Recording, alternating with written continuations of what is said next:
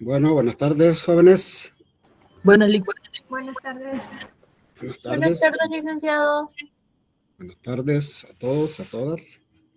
Vamos a ir ya con esta sesión de hoy. Vamos a concluir la tercera semana, jóvenes. Tomen en cuenta esta variable, el tiempo. Vamos a ver, estamos trabajando interrelaciones entre conceptos, entre otros bloques de conceptos, donde está la propaganda, la publicidad, las relaciones públicas y el periodismo. Es decir, interrelaciones, vínculos, eso es lo que vamos a encontrar. Y hemos comenzado con propaganda y publicidad, ¿verdad? Hemos dicho cosas como, por ejemplo, que la propaganda es un término que por su práctica es un término agotado semánticamente, porque ha adquirido una cantidad de otros términos sinónimos, ¿verdad? Que son peyorativos, ¿verdad? Como que la propaganda es paja, es mentira, es chantaje, etcétera, etcétera. Bueno, ese es por un lado. Y hemos iniciado también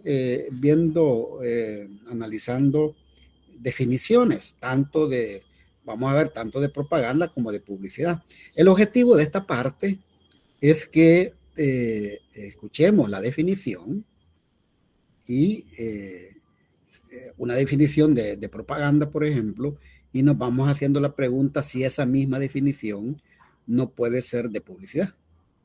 Y viceversa.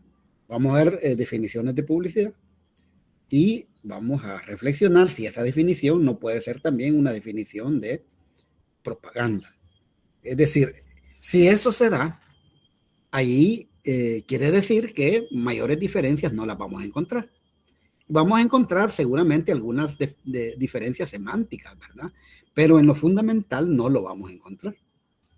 Y los conceptos, como las categorías, cuando las usamos como herramientas en la interpretación de la realidad, en el análisis,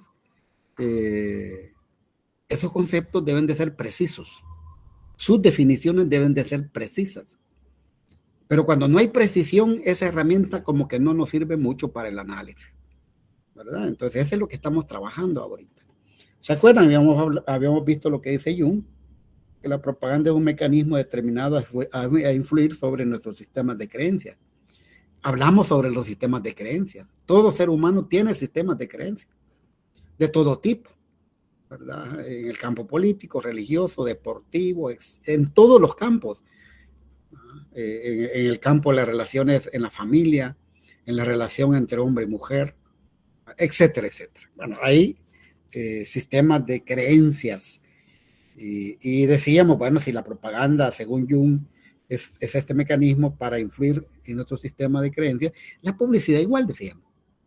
Porque también hay sistemas de creencias alrededor del consumo. Hay creencias alrededor del consumo.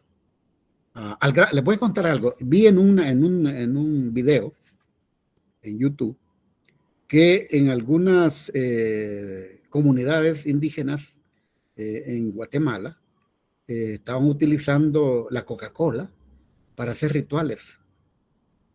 Imagínense. Eso tiene que ver con una concepción, con otra concepción. Entonces, los sistemas de creencias con relación al consumo también existen. Esas preferencias por marcas es a partir de un sistema de creencias. Luego dice Roby Gatti, dice que la propaganda es el arte de penetrar superando prevenciones y prejuicios, ¿verdad? ¿Y acaso en la publicidad también no hay prevenciones y prejuicios? Prevención es cuando creemos que tenemos la información suficiente para no ser engañados, ¿verdad? Pero la propaganda tiene esa capacidad también, igual que la publicidad, de superar prevenciones y prejuicios. Y para ello, dice Roby Gatti, recurre a sentimientos, a la fantasía y a la emotividad, igual que la publicidad. Revisen ustedes, por cierto, les di la tarea de que vieran publicidad de una manera crítica, ¿verdad? Y vayan viendo cosas que a veces uno no la ve, ¿verdad? Entonces, se recurre a los sentimientos, igual que la propaganda y la publicidad. Nos habíamos quedado entonces con una definición de Carlos Muñoz Espinal. Él define la publicidad. Pero antes de plantear lo que dice Muñoz Espinal, quisiera saber si hay alguna duda o algún comentario.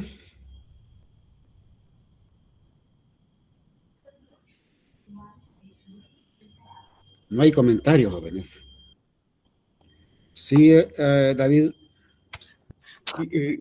No, que todavía no logro comprender si existe una diferencia entre propaganda y publicidad, porque según lo que hemos estado hablando anteriormente, tanto la función de propaganda como la de publicidad están como en el mismo eje, pero usted pregunta, o sea, si hay una diferencia.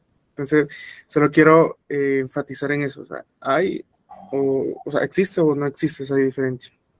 Bueno, mira, si partimos de las definiciones, vemos que no hay mayor diferencia.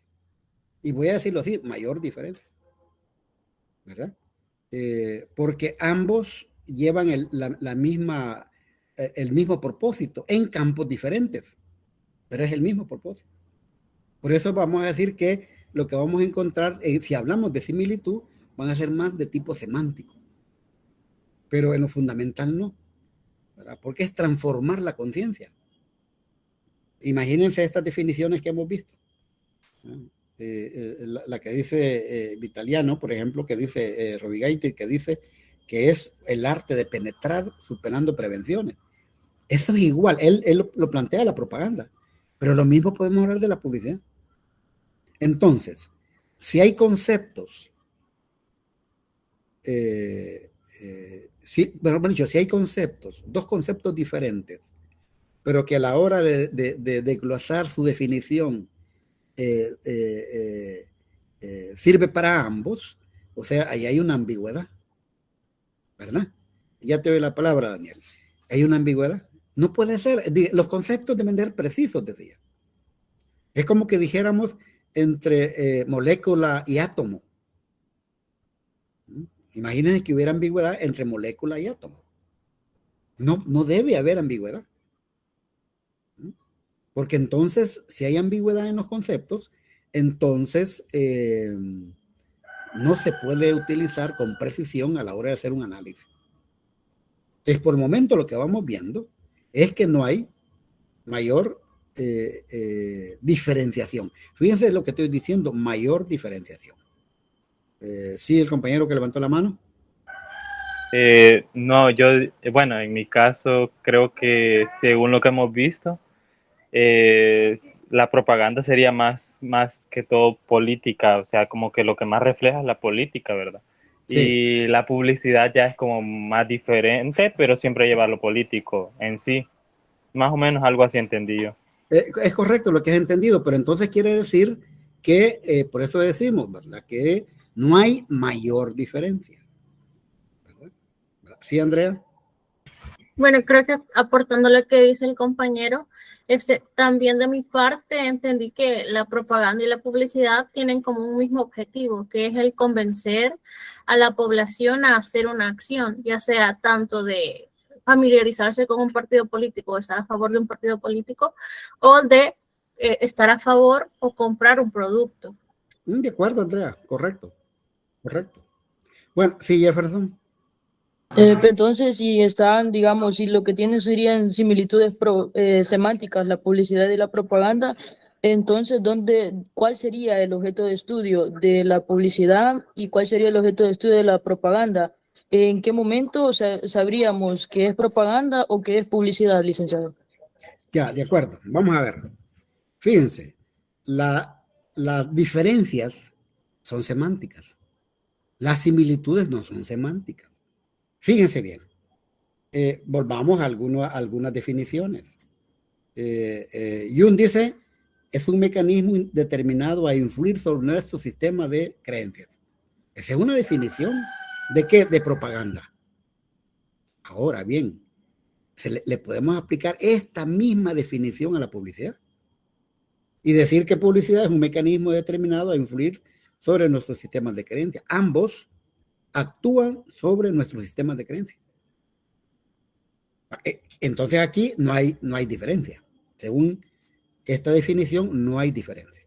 Luego, cuando vemos la siguiente definición que dice que la propaganda es el arte de penetrar, superando prevenciones y prejuicios, y aún le agrega recurriendo a los sentimientos, a la fantasía y a la emotividad, tampoco hay diferencia con la publicidad, porque la publicidad también hace esto.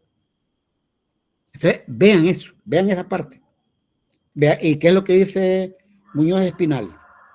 Para Muñoz Espinal, la publicidad, aquí dice la publicidad, no la propaganda. La publicidad es igual a promoción de una corriente de conciencia. Pretende orientar o persuadir a los demás con este o aquel sentido. Es una definición muy general, pero que esto mismo puede ser aplicado a la propaganda. ¿Lo puedes repetir otra vez, por favor? Dice Carlos Muñoz Espinal que la publicidad es igual a promoción de una corriente de conciencia, ¿ah? Y pretende orientar o persuadir a los demás en este o en aquel sentido. Vean esto, esa misma definición que Muñoz Espinal se lo da a la publicidad, también puede ser para la propaganda. Porque la propaganda también podemos decir que es una corriente que trata de promocionar una corriente de conciencia. La propaganda, claro, una corriente de conciencia. Y que trata o pretende orientar, ¿verdad? O persuadir a los demás en un sentido u otro. Es bien general esta definición, pero puede ser aplicado a la propaganda como a la publicidad. Quizás el punto aquí, sí, Wendy. Yo lo que, como una forma más fácil de poder como diferenciar propaganda de publicidad, y no sé si estoy bien, es que en la mayoría, o bueno, casi todas las veces, en una publicidad es algo más comercial. En cambio, en una propaganda es más ideológica. Ya. Bueno, eso lo vamos a aclarar de la siguiente manera. Mira, en la propaganda es, en términos evidentes, ¿verdad? Queda más evidente la parte política e ideológica. No vamos a separar lo ideológico con lo político. No lo vamos a separar. En el caso de la publicidad, lo más que está en la superficie, ¿verdad? Lo más obvio es que vende productos o servicios, pero a la vez también vende o promueve ideología. Solo que esto está más oculto. Hay que tener más herramientas para analizar la parte ideológica de la publicidad. Por ejemplo, la publicidad le vende un elemento ideológico clave, que es que la felicidad se consigue consumiendo. La felicidad se consume consumiendo. Ese es un elemento ideológico. ¿Sí, Daniel? Por ejemplo, podríamos decir de que en el caso de la publicidad, o sea, que lleva como parte ideológica, por así decirlo, hay unos anuncios que salen allí sobre la Cruz de los Milagros, supuestamente, que tiene la piedra donde sepultaron a Jesús y todo eso. Entonces, en ese caso, están haciendo publicidad, pero también están tocando la parte ideológica de la persona, porque obviamente a los que creen en ese sentido ideológico de la religión. De acuerdo, Daniel. Viéndolo en ese producto, ¿verdad? Que va para un segmento de la población, no va para todo el mundo, ¿verdad? Pero fíjate, además de ese, en todo el discurso publicitario lleva un elemento ideológico. Por ejemplo, voy a poner otro ejemplo. Antes de darle la palabra a Marilyn y a Andrea, ya se los doy. Por ejemplo, la propaganda recalca lo que es el papel de la mujer en la sociedad y en el hogar. Ese es un elemento ideológico. Ideológico. Está configurando, está determinando, entre otras cosas. Incluso ha habido algunas campañas publicitarias donde incluso ha habido el machismo abierto. ¿El machismo qué es? También hay todo un pensamiento ideológico. El sexismo es un pensamiento ideológico. En algunos casos incluso racismo. Lo que pasa es que hay que tener más elementos para analizarlo. Había una salsa, por ejemplo, o alguien que sirve, que sale sirviendo, como mozo, ¿verdad? Sirviendo, y era un negro. ¿Por qué un negro? ¿Por qué no ponen un blanco? Es decir, son formas, si quieren, un poco más ocultas, no tanto, pero un poco más, que pasan inadvertidas al cerebro humano, pero que están remarcando una concepción ideológica de la realidad. Por eso no podemos decir que hay una total diferencia entre propaganda y publicidad. Vamos a ver, los que me han pedido la palabra. Sí, como usted mencionaba, o sea, al final toda la publicidad también vende ideas, ¿verdad? Porque, por ejemplo, los anuncios sobre carros venden la idea de poder a través de cierto modelo, cierta marca. También, por ejemplo, en los productos de comida, en la publicidad, siempre trae como esa idea de vender un sentimiento hogareño o de la compañía. Al final, sentimientos o ideas que cuando nosotros veamos el producto los asociamos y los veamos de manera positiva. De acuerdo, cómo no, Araceli, gracias. Andrea. Sí, creo que estoy de acuerdo también con la compañera. Y sí, dentro de la publicidad creo que también hay un poco de ideología. Por ejemplo, el que un producto o un servicio te haga sentir superior, ya sea al consumirlo o al tenerlo, te haga sentir superior a los demás. Es correcto. Es correcto. Todo aquello que lleva orientado a diferenciar a los seres humanos, poniendo uno como superior a otros, esa es una ideología, una forma ideológica. Por eso no podemos decir que la propaganda y la publicidad son cosas totalmente diferentes. Pero todavía falta algo, porque fíjense, al final va a aparecer el marketing. Y que lo que se hace hoy, tanto para vender pastas de diente, por ejemplo, como para vender un candidato, es marketing, lo que se llama el marketing político. Frente a esta situación en que propaganda y publicidad tiende a ser lo mismo. Entonces, veamos, bueno, hemos visto la definición de Carlos Muñoz Espinal, que dice que es igual, que la publicidad es igual a promoción de una corriente de conciencia.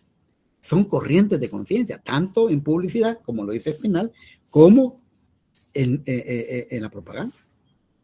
Y pretende orientar o persuadir a los demás en este o aquel sentido. Y pueden cambiar las corrientes de pensamiento. Este lo está diciendo con relación a la publicidad, pero y en propaganda, jóvenes. Vean la última campaña electoral.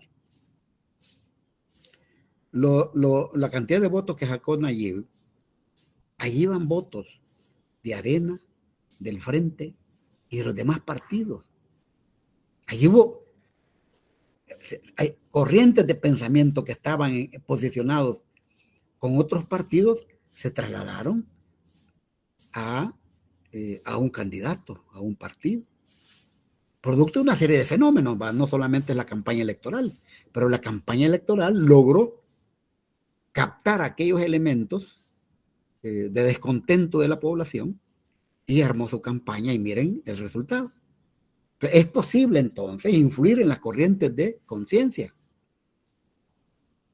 Ahora, hablando del campo electoral, no es para siempre, ¿verdad? Eso no es así. Es decir, nadie llega y capta la mayoría de votos y ya se quedó toda la vida con esos votos. Eso no es así. ¿No? Salvo que vaya realmente respondiendo los intereses más sentidos de las inmensas mayorías, salvo eso.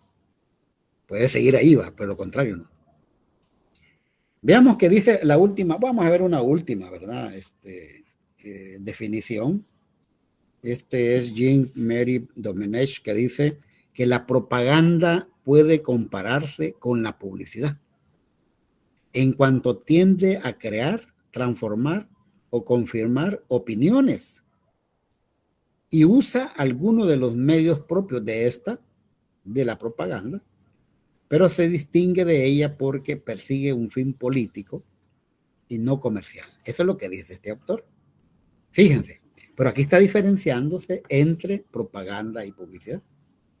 La propaganda como tal, cuando aparece, no se aparece promoviendo mercancías. En este sentido, la definición de Domenech tiene validez hasta cierto punto. Pero ¿dónde encontramos la diferencia? La diferencia no está en que si la propaganda persigue fines comerciales. La diferencia está, o mejor dicho, la no diferencia, la afinidad está en que la publicidad, además de vender o promover mercancías y servicios, vende y promueve corrientes ideológicas. ¿Verdad? Entonces, en esa parte está la diferencia. Vamos resumiendo. ¿Qué es lo que hemos observado? Que ambos sistemas, sí, David. No, perdón, si podía repetir lo último que dijo de la propaganda con la publicidad.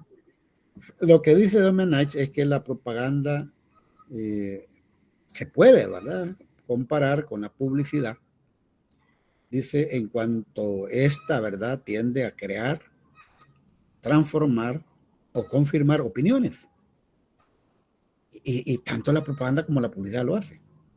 Pero además dice, usa algunos de los medios propios de esta. Pero se distingue, dice al final, entre ella porque persigue un fin político y no comercial. Se está refiriendo a la propaganda. Es decir, si vemos la propaganda aparte, bueno, sí, la propaganda persigue un fin político y no comercial. Sí, pero si vemos la publicidad persigue un fin comercial, pero también un fin político. ¿Dónde está la parte política de la publicidad? En los sistemas ideológicos que promueve. Por eso es que no vamos a diferenciar, no vamos a separar, mejor dicho, ideología y política. ¿Verdad? Ahí está la ideología. Y hay una cantidad de formas de ver la ideología. De todo tipo de ideología, porque no hay una sola ideología. Ya dije, por ejemplo, machismo, sexismo, racismo, está ahí presente. Y otras formas ideológicas relacionadas a formas de ejercicio del poder. Bueno, por ejemplo, la publicidad vende una imagen de sociedad que no es la sociedad que vivimos. Una sociedad donde pareciera que todo es calma y que todo es consumo nada más. Entonces ahí está la parte de la ideología. Bueno, como decía, a partir de lo que hemos visto y observado, es que ambos sistemas, tanto la propaganda como la publicidad, se resuelven en una sola cosa. ¿Y cuál es esa cosa? Es una forma de comunicación con pequeños matices semánticos, o sea, pequeñas diferencias entonces, semánticas, pero con identidad de propósitos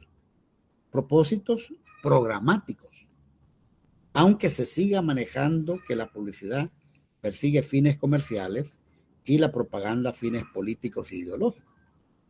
Ahora bien, fíjense, esta división entre propaganda y publicidad tiende a desaparecer. Ojo con esto, tiende a desaparecer. ¿Y cómo se explica esto? ¿Por qué tiende a desaparecer? Bueno, a partir de 3 características básicas. Uno, por lo que señalamos al inicio con relación a la propaganda, que es el agotamiento del término. Recuerdan que al inicio hablamos, el término propaganda se ha agotado. ¿Por qué se ha agotado? Por el mal uso o por el abuso en las prácticas políticas, sobre todo en las épocas del fascismo, ¿va? Del nazismo, del fascismo, el uso de la propaganda en las campañas, en los periodos donde se han gobernado a partir del militarismo, ¿verdad? Y las dictaduras que han usado de una manera la propaganda abusada al grado de utilizarla para conducir incluso al crimen. Bueno, recuerden lo que dicen que decía Goebbels, el teórico de la propaganda nazi, ministro de comunicaciones del régimen, que decía, miente, miente, que al final te creerán. Vean ese principio. Entonces, el término se ha agotado y ha adoptado una cantidad de sinónimos que son negativos, ¿verdad? Por eso es que es común, decía, que en expresiones populares se diga, por ejemplo, esa es pura propaganda. Cuando alguien hace una expresión así, eso es pura propaganda, lo primero que se está quitando es autoridad a lo que se dice. No se cree en lo que se dice. Y se asocia a sinónimos como mentira, ¿verdad? Engaño, chantaje, etcétera. Entonces, todo eso ha hecho que el término de propaganda esté, digamos, agotado, ¿verdad? Y que eso es un factor por lo cual la diferencia entre propaganda y publicidad tiende a desaparecer. Esa es una razón. La otra razón es por el uso cada vez más frecuente del concepto de marketing al proceso de circulación y consumo de ideas políticas, religiosas, etc. El marketing aparece como una acción comercial, porque marketing es un anglicismo, ya lo vimos, ¿verdad? Que significa comercialización. Comercialización. Pero luego empieza también a vender, a promover ideas políticas, ideas religiosas o cualquier otro tipo de ideas. Una campaña educativa, una campaña de salud, ¿verdad? Se usa el marketing. Y hay algunas denominaciones religiosas que usan marketing. Usan el marketing para vender ideas religiosas. Y en la política, en las campañas, sobre todo electorales, se está usando el marketing político. Ya no se habla de publicidad y propaganda, aunque acuérdense que acabamos de ver que la publicidad es una variable de marketing.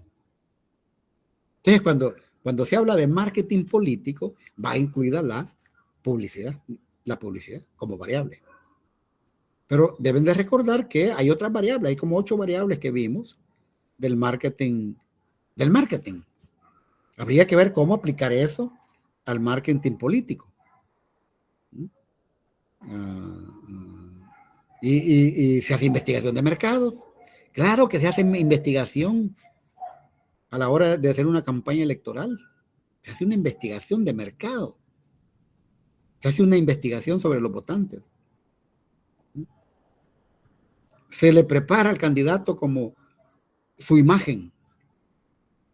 Ojo, esa es la segunda razón. Y la tercera razón es que en la medida en que el acto político mismo se convierte en un espectáculo. Fíjense, vean ustedes las campañas electorales. Se llevan al espectáculo, es un espectáculo. Hasta cachiporra llevan a veces, música, jóvenes bailando. Es un espectáculo, lo llevan al espectáculo. Cuando el acto político se supone que es para ponernos de acuerdo sobre elementos fundamentales de la sociedad. Resolver los problemas fundamentales de la sociedad. pero no como un acto político, un acto como un espectáculo. Porque en un espectáculo no importa tanto quién sea el mejor, quién es el que tiene los dones de un estadista o de una estadista. Eso queda marginado. Sino que lo que importa es quién tiene la mejor imagen, a quién se le hace la mejor imagen. ¿Verdad? Como en la publicidad. Te va a vender por la imagen. ¿Verdad? Hay que poner elementos estéticos ahí para ello. Al grado tal, fíjense que hay un fenómeno cada vez más frecuente en el mundo, no solo en América Latina ni en El Salvador, que cualquiera puede ser presidente. Digo, cualquiera, no cualquiera saltándose los recursos económicos, no. Cuando digo cualquiera me refiero a que no necesariamente va a ser una persona estudiada, que tenga desarrollo de su pensamiento, que tenga un desarrollo como humanista, que tenga dotes estadistas, que tenga una ética profunda. No, eso sale sobrando. Si tiene plata, ¿verdad? O está acompañado de grupos que lo apoyan con mucha plata, le van a hacer una campaña, un espectáculo enorme, le van a crear una imagen y el votante, marginado del conocimiento de la política, alienado en el campo de la política, bueno, es fácilmente llevarlo a votar.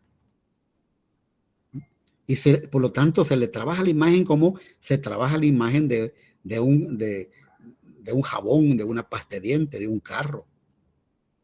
Son las imágenes.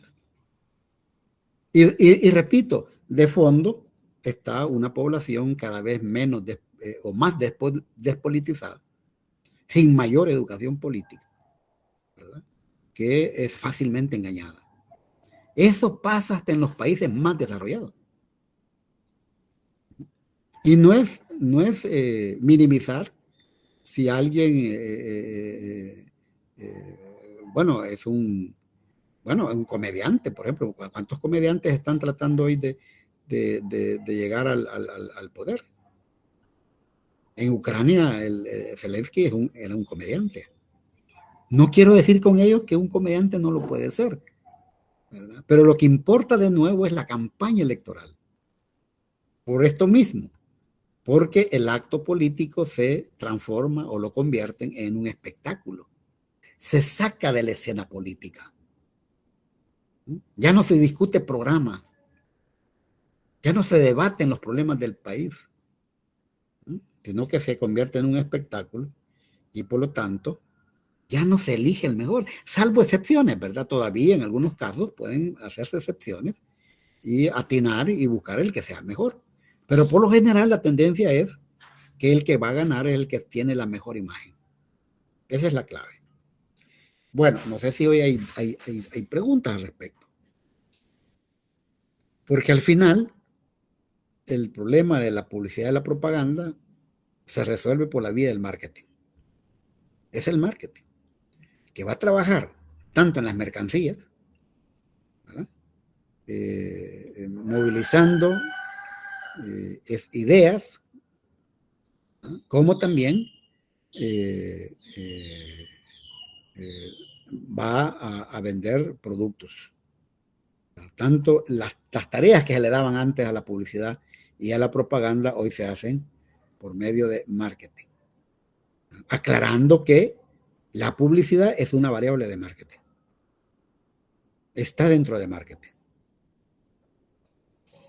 Bueno, preguntas, jóvenes, o comentarios.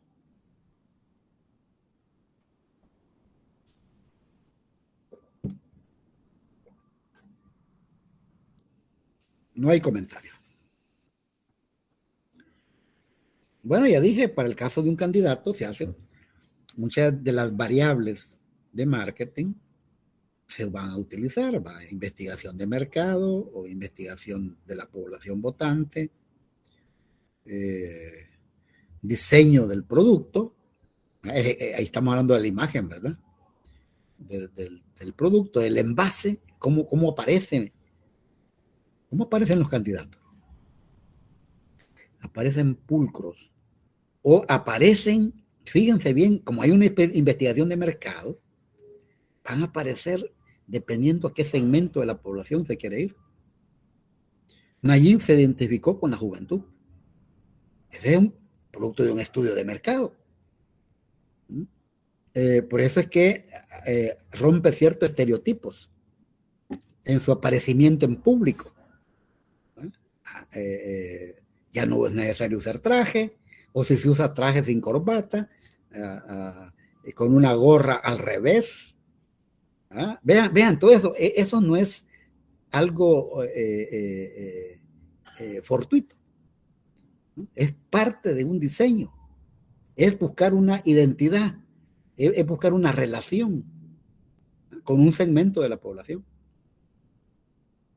Y entonces lo empaquetan así como empaquetar un jabón, ¿verdad? Para vender. Esa es la etiqueta, el jabón, el envase, cómo aparece.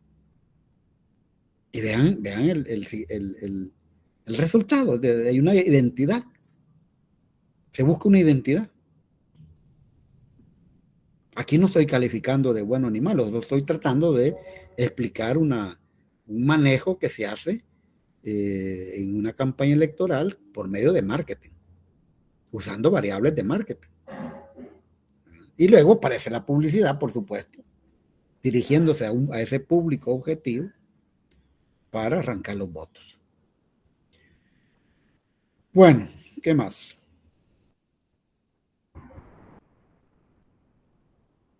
David. Sí, quizás solo agregar la parte de candidatos.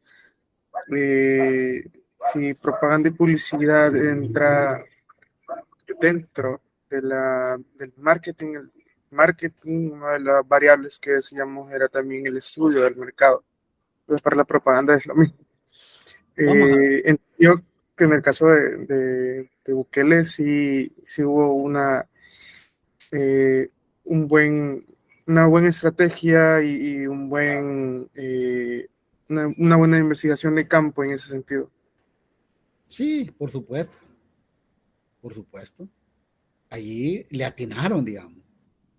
¿Verdad? Y de nuevo, pero hay que recordar que se trabaja el marketing, la imagen y todo, y hay una investigación de mercado. Sobre la investigación de mercado se sustenta todo lo demás, ¿verdad? Porque a partir de ahí se ven las características, las condiciones del consumidor al que va a ir la información. Y por ejemplo, en esa campaña electoral, ¿qué es lo que había? Descontento de la población. Un descontento. ¿Sí? La Arena nunca le satisfizo a la población. Estoy hablando de la población en general. Hay grupos que se beneficiaron con Arena, por supuesto. El Frente, que se esperaba como un grueso de la población, que hiciera transformaciones que no se hizo. Se hizo algo, pero no fue suficiente. Y si a eso le agregamos los escándalos, algunos creados, ¿verdad? Pero que no pudieron responder, todo se va sumando a un descontento. Descontento con los grupos tradicionales de derecha, porque Nayib es un personaje de derecha, representa un sector de la burguesía, ¿verdad? Pero sucede que el descontento estaba con los partidos tradicionales de derecha y con el Frente. Entonces, imagínense, es una oportunidad enorme que tuvo Nayib y su grupo para armar una campaña que le llevara una cantidad inmensa de votos. Inmensa de votos. Pero es eso, hay una investigación. Y nada es de choto, como decimos, es decir, la forma en que, miren, cuando el candidato sale, lo tradicional que vemos que el candidato sale a la calle, va a los mercados, va a los barrios, abraza ancianitos, ancianitas, niños chuquitos, chorreaditos, ¿verdad? Que están en los mercados. Mire, todo eso es parte de proyectar una imagen. Ya cuando, si ganan, y eso ya no lo vuelven a hacer. Eso es para el voto, para arrancar el voto a la gente. Es parte de una campaña, pero va orientado, como decía, a crear una imagen. Una imagen. Y por medio de marketing se hacen, voy a decirlo así, maravillas con la imagen. Si alguien tiene plata suficiente, miren, le pueden hacer grandes profesionales una buena campaña y tiene mejor posibilidad de ganar una campaña. Pero de fondo, voy a insistir en esto, de fondo, tiene que haber una población despolitizada, una población carente del conocimiento de la política, que entonces es fácil engañarla. Porque una persona informada, en primer lugar, no se dejaría engañar en una campaña electoral. Y segundo, después del triunfo de uno de los partidos, cualquiera que sea, esa población actuaría exigiéndole a sus gobernantes el cumplimiento de sus tareas, ¿no? Permítame un minuto.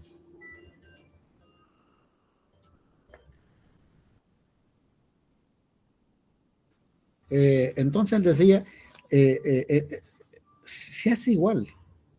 Por eso lo que yo les había señalado en algún momento, la importancia de la educación política, ¿verdad? Para no ser engañado por nadie, jóvenes, ¿verdad? Como ciudadanos, ser responsables a la hora de la participación política. No ser engañado, incluso ni como militantes,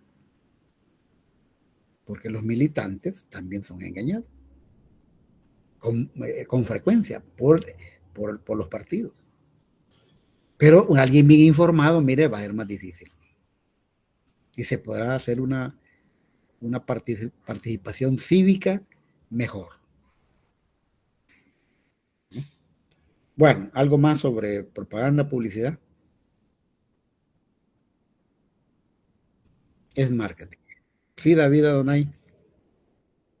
Sí, solo agregar eso, al menos en estas dos dinámicas de la propaganda y la publicidad, las nuevas tecnologías, las redes sociales sí juegan un papel muy importante. De hecho, hay ciertas herramientas, algunas son libres, gratis, y hay otras herramientas que son ya con un costo, pero esas herramientas son muy fundamentales para el fin de estas dinámicas, porque analizan una serie de datos que a simple vista no se ven, pero que ya profundizando te dan unas herramientas de qué es lo que piensa la gente, qué es la perspectiva, qué es lo que necesita y qué es lo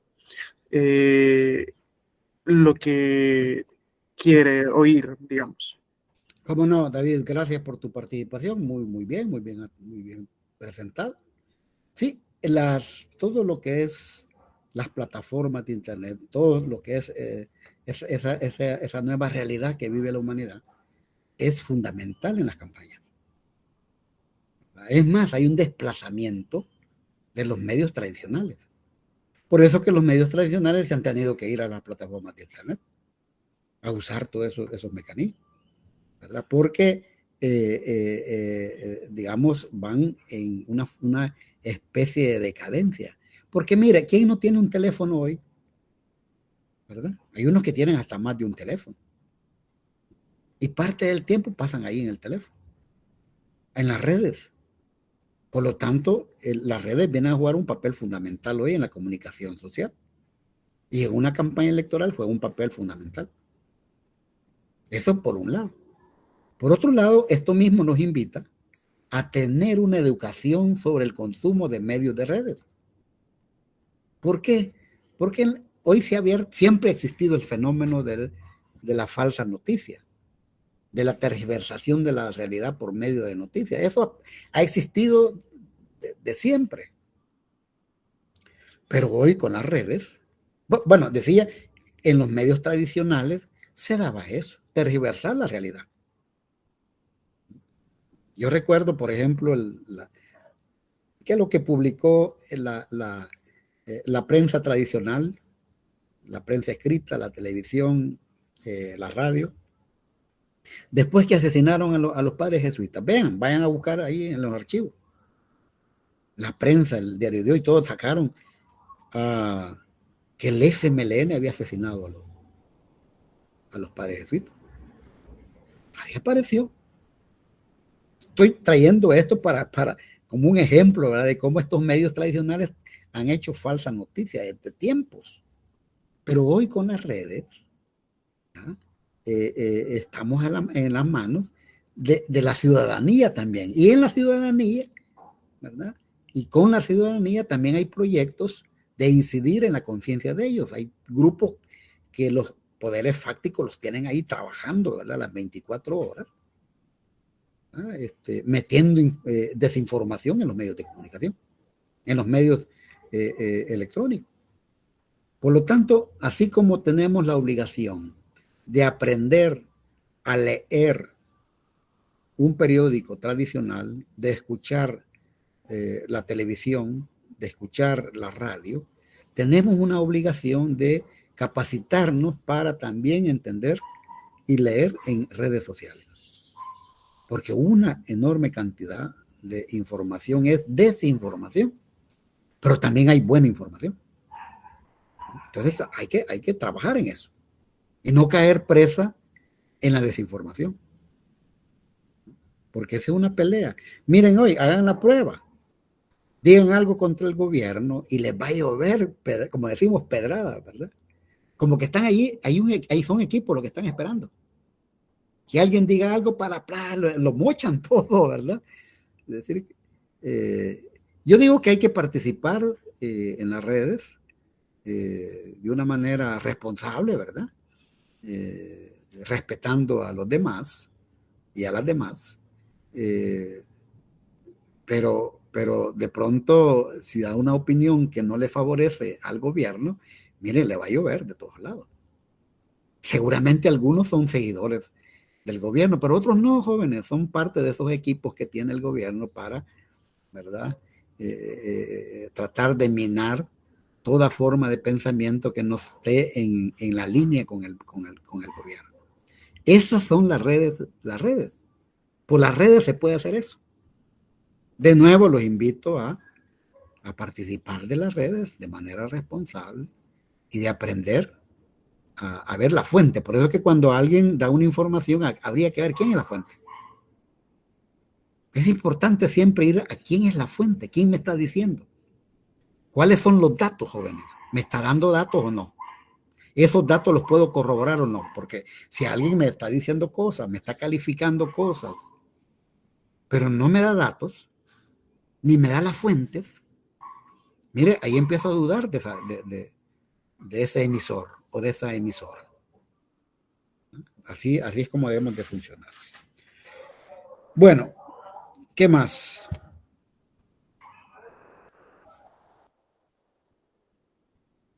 Bueno, pasemos entonces a relaciones públicas. Brevemente vamos a ver qué son las relaciones públicas. Hoy se habla más de comunicación institucional, ¿verdad? Comunicación institucional. Brevemente vamos a decir que también es una estrategia de comunicación que busca potenciar la imagen de la empresa o institución frente a los distintos públicos con los que tiene alguna relación, ¿verdad? Es decir, acordémonos que en la práctica de una empresa o en la práctica de una institución, de pronto pueden haber cosas que le afectan la imagen, ¿verdad? Y entonces relaciones públicas va a estar de cara a sus públicos trabajando la imagen de la institución. Ahora, ¿cuáles pueden ser los públicos? En términos generales, ¿verdad? ¿Cuáles pueden ser los públicos? Bueno, en una empresa, los accionistas, por ejemplo. Los accionistas o las accionistas. Ese es un público para ciertas empresas. Los consumidores o usuarios, los consumidores, ya sea de las mercancías o los servicios. Ese es otro público, ¿no? los trabajadores y las trabajadoras de la institución o de la empresa. También es un público. Otro público con el cual suele tenerse relación para buscar una buena imagen es la comunidad inmediata, la vecindad inmediata. Por eso algunas empresas en el pasado, hoy casi no se ve, ¿verdad? Algunas empresas tratan de acercarse a las comunidades inmediatas y con regalitos, con regalías, con participación en ciertos proyectos comunitarios, porque quieren tener una buena imagen. Y es más, gente de comunidades, organizaciones comunales, suelen tener en su mente, cuando tienen una necesidad, ir a una empresa a pedir que se les ayuden. Está en esa relación la empresa va a responder en esa relación de tener una buena imagen, ¿verdad? Pero también dentro de los públicos no hay que perder de vista la competencia, ¿verdad? Y el Estado, entre otros. Fíjense, he enumerado una serie de públicos y he concluido con el Estado. ¿Por qué? Porque hay una relación con el Estado. Si es una empresa privada, ¿verdad? Pero también una empresa, una institución pública también tiene un vínculo con el resto del Estado. Por lo tanto, habría que hacer este trabajo de relaciones públicas. Y vamos a decir que su objetivo básico es facilitar la producción o su funcionamiento y el consumo de sus productos o servicios sin mayor fricción de ninguna naturaleza. Ese es el objetivo fundamental, que no haya fricción con nadie. Y producir, porque en el fondo las instituciones y las empresas lo que hacen es producir. ¿Podría repetirlo otra vez, por favor? Sí, decía que el objetivo básico, ¿verdad?, del quehacer de unas relaciones públicas o de la comunicación institucional es facilitar la producción o funcionamiento, ¿verdad?, de la institución y el consumo de sus productos o servicios sin mayor fricción de ningún tipo. Imagínense en el caso de una institución del Estado como ANDA. El ANDA, a lo largo de la historia, como organismo del Estado que debe garantizar el agua potable, ha tenido una serie de conflictos, ¿verdad? Una serie de conflictos que no han podido ser superados por la práctica de sus relaciones públicas, pero tienen unas relaciones públicas para tratar de superar esas dificultades. Pero como ya dije, hay varios públicos. Está el público, su relación con el Estado. Y pueden ponderar en un momento dado estar mejor con uno de esos públicos que con otro, aunque no es lo correcto. Entonces, pero el objetivo fundamental es producir y que se consuman sus bienes o servicios sin fricción, porque tanto en la producción como en la distribución suelen darse problemas, es decir, fricciones. Se pueden dar fricciones. Imagínense en el caso de empresas que sus productos han sido cuestionados porque en ciertas condiciones pueden ser dañinas para la salud, pues salen los equipos de relaciones públicas a hacer un trabajo, desvirtuar, o incluso, por eso que hay que tener cuidado en lo que se llaman investigaciones de productos, porque así como las academias y los grupos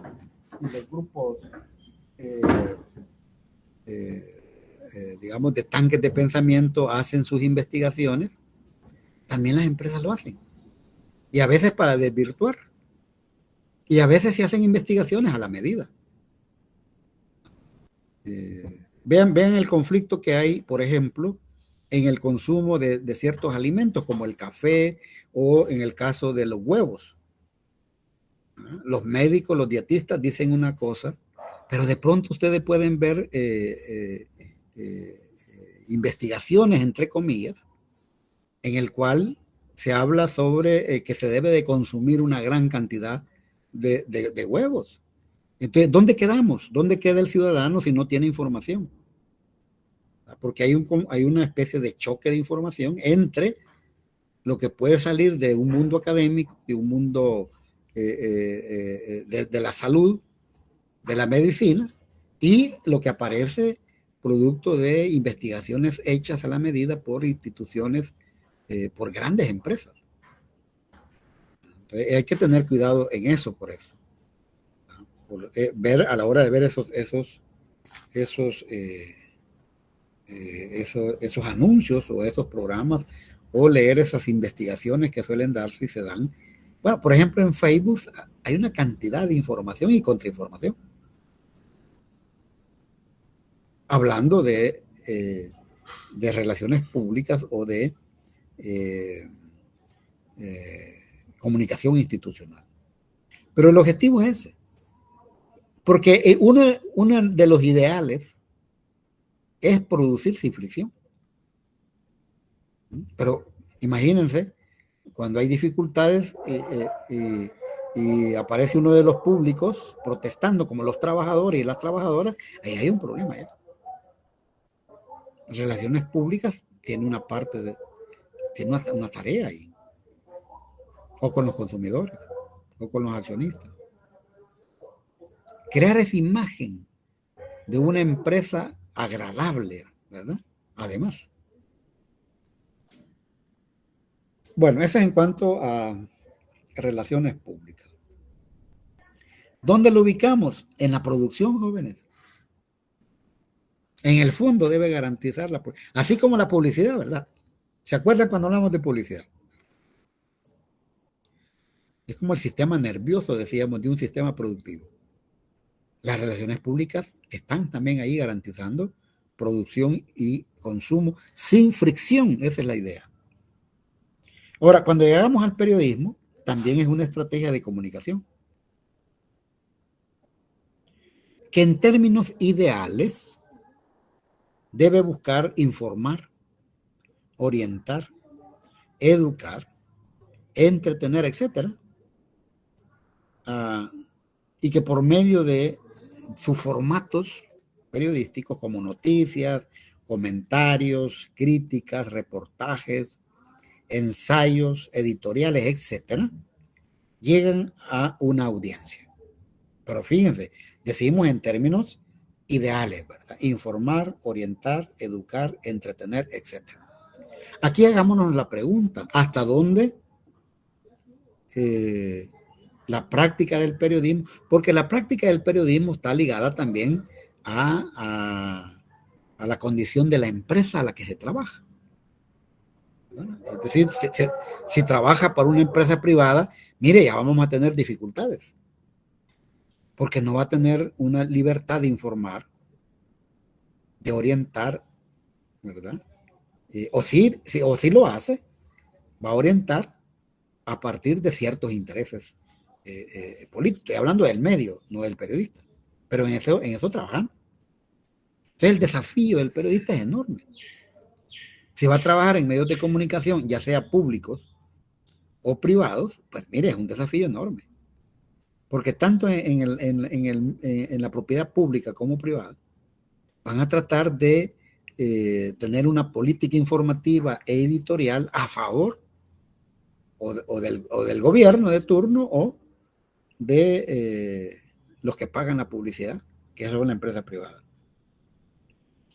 Entonces, también se plantea que el periodismo recrea el presente social. ¿Sobre qué? Sobre hechos de interés, de trascendencia. Eso también habría que cuestionarlo, ¿verdad? El periodista puede estar muy interesado en eso, pero acuérdense que luego ya en los medios se va a publicar lo que encaje en la política editorial, ¿verdad? Y en la política informativa del medio. Al final, ¿verdad? Hay sucesos, acontecimientos que se han dado en el mundo que los medios no lo recogen. ¿Por qué? Porque va en contra de los intereses de la clase a los cuales son sus propietarios. Estoy hablando del medio. Estamos hablando del periodismo, pero también del medio.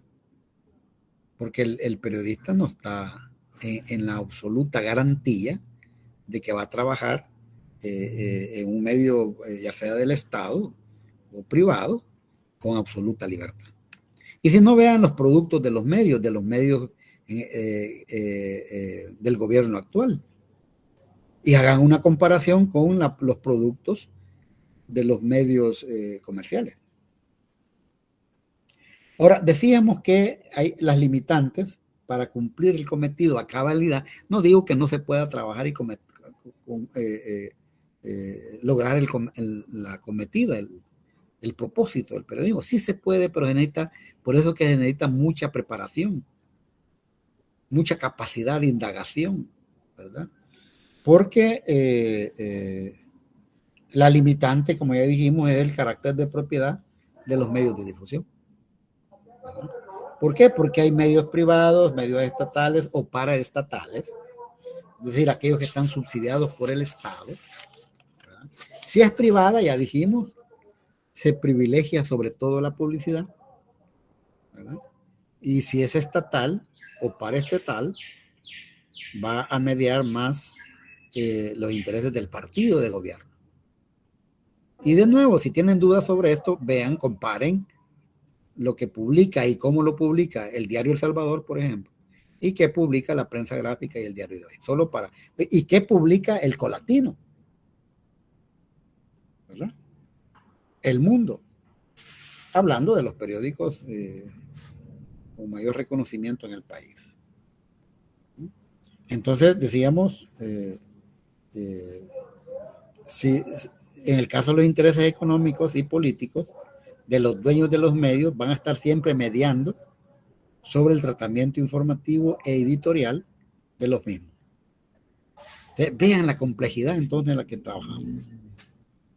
Mientras los anunciantes, es decir, la empresa privada, sobre todo, pero también el Estado, porque los gobiernos son anunciantes también, por medio de lo que llamamos la factura publicitaria, premian o castigan a los medios y a los periodistas según les convenga en su línea noticiosa y editorial. Por ejemplo, fíjense, en una época, cuando estuvo gobernando Napoleón Duarte, les quitó la publicidad al Diario de Hoy, porque no estaba de acuerdo en el manejo editorial y noticioso del Diario de Hoy, que por supuesto le había agarrado contra la democracia cristiana y contra el presidente.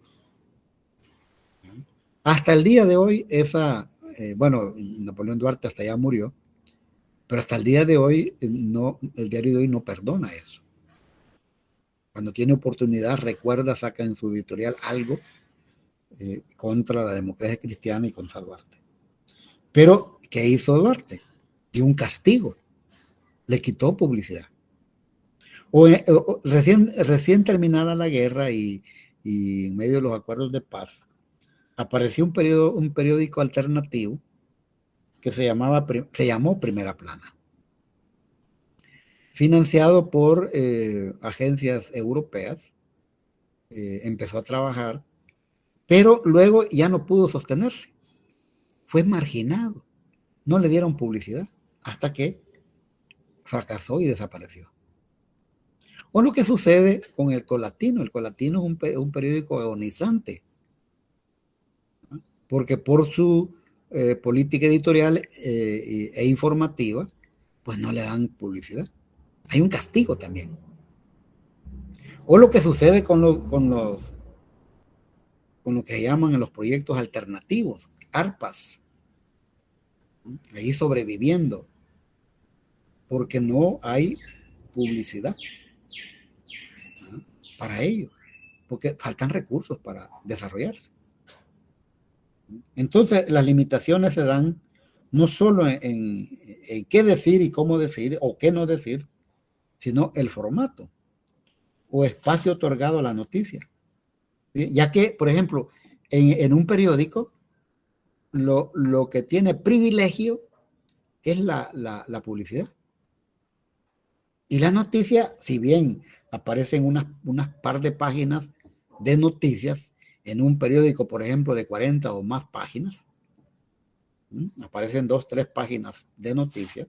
Todavía estas noticias se utilizan a lo largo de la publicidad como un recurso para ver publicidad, con aquello de pasa a la página tal. ¿Verdad? Sale la noticia y luego le pasa a la página tal. Se va a esa página y dice pasa a la página tal. Es decir, llevándolo, moviéndolo por donde está la publicidad. Eso está ahí. Bueno, resumiendo. Fíjense, vamos a hacer una especie de resumen. Las relaciones públicas deben garantizar la producción de bienes y servicios sin ningún conflicto con sus públicos. Eso debe garantizar. La publicidad, como ya lo vimos, debe garantizar el consumo masivo de los productos y servicios por medio de dar a conocer cuáles son las diferencias o las partes diferenciales del producto. ¿Verdad? Eso es lo que hace la publicidad. La propaganda garantiza, si lo ponemos separado, ¿verdad? Garantiza la estructura política e ideológica para la producción y el ejercicio del poder. Pero podemos decir que el marketing en este caso es el que va a garantizar esto. Y el periodismo de los grandes medios, por supuesto, orientar, educar, informar, entretener, bajo los parámetros políticos, ideológicos, preestablecidos por los grupos de poder. A veces hay que romper eso y hay que saberlo romper. ¿Verdad? Y por eso se da el fenómeno de la autocensura. Y se rebusca dentro de estas condiciones cómo vamos a hacer el mejor trabajo. Porque vamos a tener la censura ahí. ¿Cómo hacer el mejor trabajo? Y para ello yo siempre les invito a capacitarse, manejando la parte teórica, la parte metodológica, los formatos periodísticos, la carga fuerte de la ética, la responsabilidad periodística, ¿verdad? Y con ello se puede hacer mucho dentro de estas condiciones. Dentro de estas condiciones que van a haber poderes fácticos, o poderes no tan fácticos como el poder del Estado, ¿verdad? Y de los grupos políticos que van a estar incidiendo en qué es lo que se debe decir y qué no decir en una sociedad. Bueno, preguntas. ¿Preguntas, jóvenes?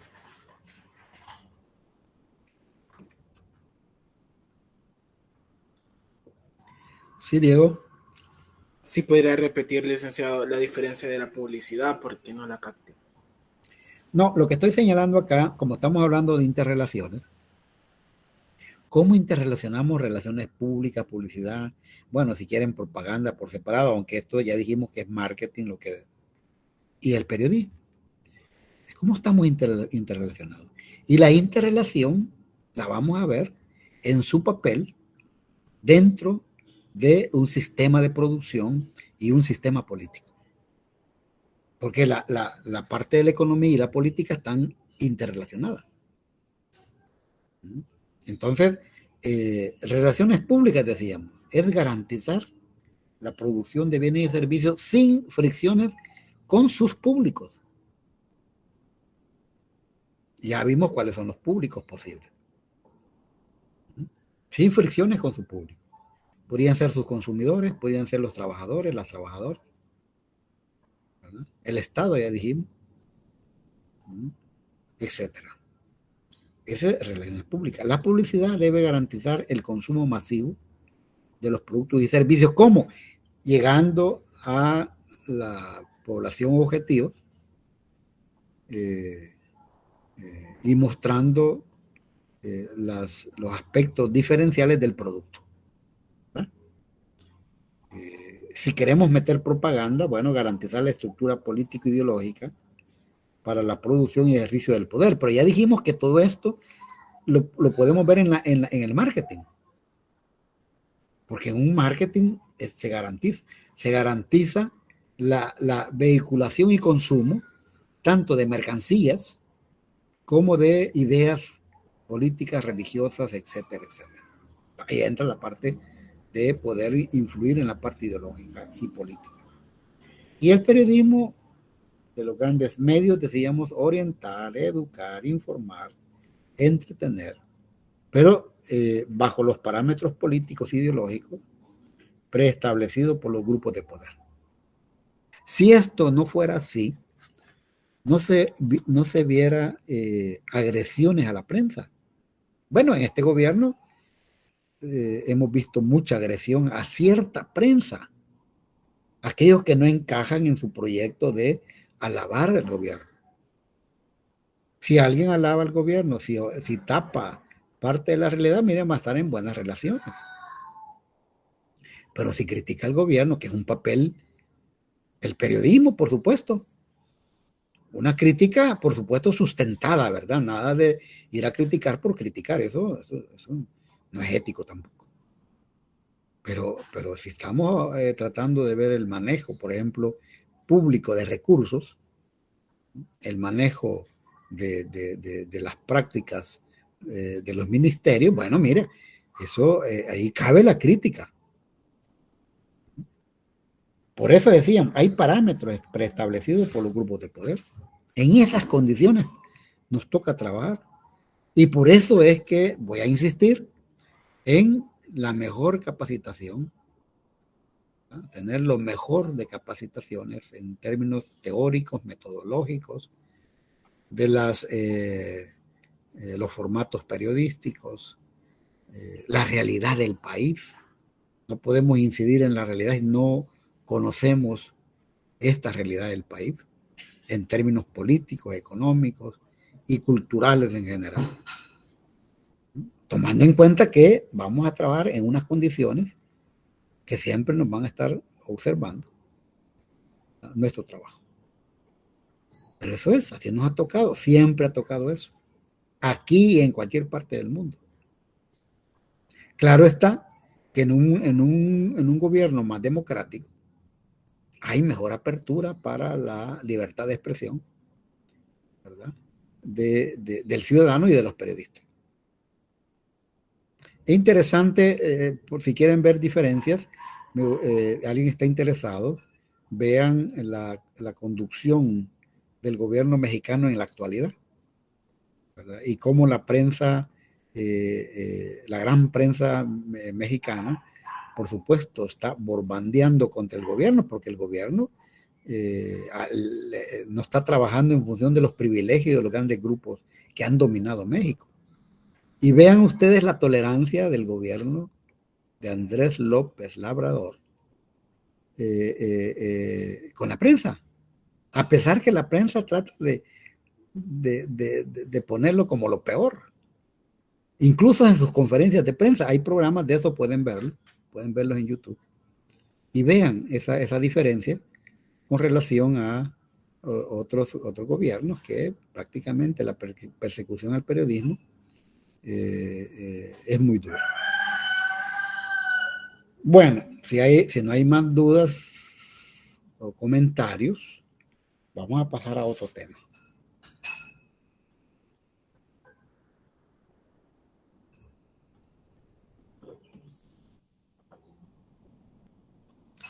Bueno, no hay comentarios. De nuevo, si hay dudas, váyanse a la grabación, vuelvan a escucharlo, tomen nota. Sí, Daniel. Por ejemplo, en el caso de que usted dijo de que en un periódico lo que tiene más, digamos que más prioridad sería la publicidad. En ese caso yo recuerdo que en la clase de tecnología para los medios impresos nos dijeron de que hay noticias, nos enseñaron el tipo de noticia que es noticia que es mera publicidad, pero está disfrazada de una noticia. No sé si allí también se aplicaría. ¿Cómo no? Gracias, Daniel. Gracias. No, qué bueno lo que dice Daniel. Bueno, hay incluso secciones en los medios de comunicación, ¿verdad? Que la parte publicitaria la disfrazan de noticia. Entonces, por ejemplo, hablan de la parte empresarial, noticia empresarial, dicen. Y lo que están haciendo es promoción o de marca o de empresa o de producto. Es una forma. Una forma. Ahora, ¿a quién le interesa eso? ¿Le interesa al dueño, a la empresa, al dueño de la empresa o los dueños de la empresa o los accionistas? Y cuando decimos que la parte periodística es de interés público, no cualquier cosa es noticia, ¿no? Sino sobre aquellos temas de interés público. Y con eso basta para preguntarnos. Y todas esas secciones que sacan en los medios, disfrazados de periodismo, de noticias, u otros formatos. Eso será interés público. Eso. Y cuando nosotros nos respondemos, vemos que no, ese es interés de la empresa. Hoy dicen, hemos abierto una nueva sucursal de tal empresa. Mire, ¿y eso nos interesa? No nos interesa. ¿Verdad? Estoy hablando como interés público. No. Hay otros temas fundamentales de interés público que a veces no se ponen. Daniela ha recordado algo muy interesante. Cuidado, porque hay parte que no es periodismo en sí, en términos de noticias de interés público, sino que son coberturas periodísticas, ¿verdad? Pero que realmente, o que aparentemente son coberturas periodísticas, pero que es una forma de promoción o de publicidad. Quiero agregar algo más con relación a lo que Daniel ha señalado, que ya lo he dicho en otras ocasiones, y que pasa inadvertido y parece normal y que tergiversa la práctica del periodista. ¿A qué me refiero? A que hoy los presentadores de noticias o las presentadoras de noticias los ponen a hacer publicidad. No basta con ponerles la tacita ahí de una marca determinada, de un café o de un supermercado o de una venta de comida. No basta eso. El vaso en que toma el periodista el agua, ¿verdad? O el café. No basta eso, sino que también nos ponen a hacer publicidad. Y claro, no estamos agremiados. Bueno, hay un gremio, está la APE, ¿verdad? No sé si la APE ha dicho algo al respecto en algún momento, pero si no lo ha dicho, debería de decirlo. Esa es desnaturalización de la práctica periodista. O hace periodismo o hace publicidad. ¿Sí, David? En ese aspecto entiendo yo que quizás en la mayoría de los medios tradicionales en los que se hace eso, no solo hablando de televisión, que hacen la publicidad así como se la oponía, sino en las páginas web de los medios que aparece un montón de publicidad de empresas. Entiendo yo que también eso lo hacen como por sostenibilidad del medio. Y eso también trae muchos otros aspectos, por ejemplo, la pauta estatal, que solo se divide para los medios oficiales o medios afiliados. Y eso, o sea, los medios recurren también, en otros casos se aprovechan, pero recurren a esta publicidad para la sostenibilidad del medio. ¿Cómo no? Claro que sí. Claro que hay que estar atento a todo esto que se ha venido señalando. Y qué bueno que ustedes estén dando cuenta de eso. Ahora, recordando lo último que he dicho con respecto a salvo que el presentador de noticias, porque ese es otro problema. No otro problema, es otra realidad, ¿verdad? Que a veces un presentador de noticias no necesariamente va a ser alguien que es periodista, pues. No necesariamente. A veces se contrata jóvenes o mujeres o hombres, ¿verdad? Eligen estándares de belleza, ¿verdad? Eligen a personas que sean sueltas para hablar, que sepan leer, porque lo que hacen ahí es leer, que sepan leer bien y bueno, cumplen con esa tarea de presentar noticias. Pero yo estoy suponiendo que a veces he visto colegas que son periodistas, ya sea en presentando noticias o conduciendo programas de opinión. Y de pronto hacen un alto y hacen publicidad. Eso es incorrecto, jóvenes. Porque una cosa, no podemos mezclar la publicidad con el periodismo.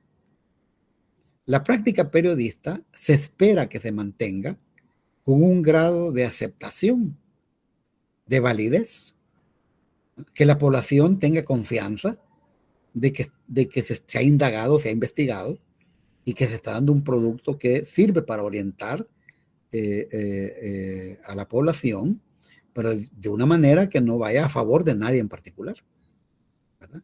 En el caso de la publicidad, no, porque la publicidad de pronto ponen a hacer publicidad sobre un producto determinado, puede ser un café, una marca de café, una marca de comestibles, de restaurantes, y de pronto puede estar apareciendo, podría aparecer, dando publicidad de otro restaurante, de otra marca, y entonces ¿cómo quedamos?